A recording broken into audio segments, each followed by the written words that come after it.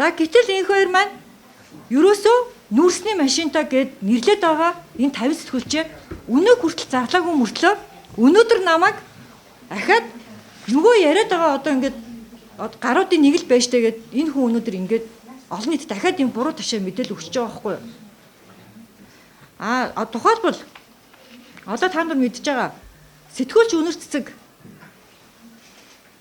бүр ингээд улсын хурлын танхимд те яг тэр нүүрсийн сонсголоор нүүрсний машинтаа гэж энэ хоёроор цоллуулсан.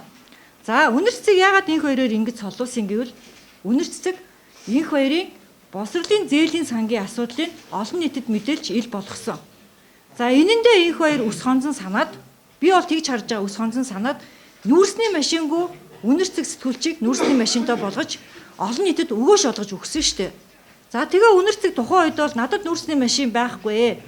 Миний ах トゥ амрах садан тийм хүн байхгүй гэдэг үнэр цэцэг сэтгүүлч яг тухайн үед тайлбарлаж хэлж ирсэн. Энийг бол та бүхэн бүгдээрээ мэдж байгаа. Ийм учраас бол одоо бид нар бол энэ дурын нэг ингээд нэг өндөр албан тушаал хасж байгаа улс төрчдийн аманд бол бид нар салбараараа ормооргүй байна. Бидний араас маш олон бидний дүүнер өнөөдөр ингээс бүгдээрээ сургууль сурж байгаа.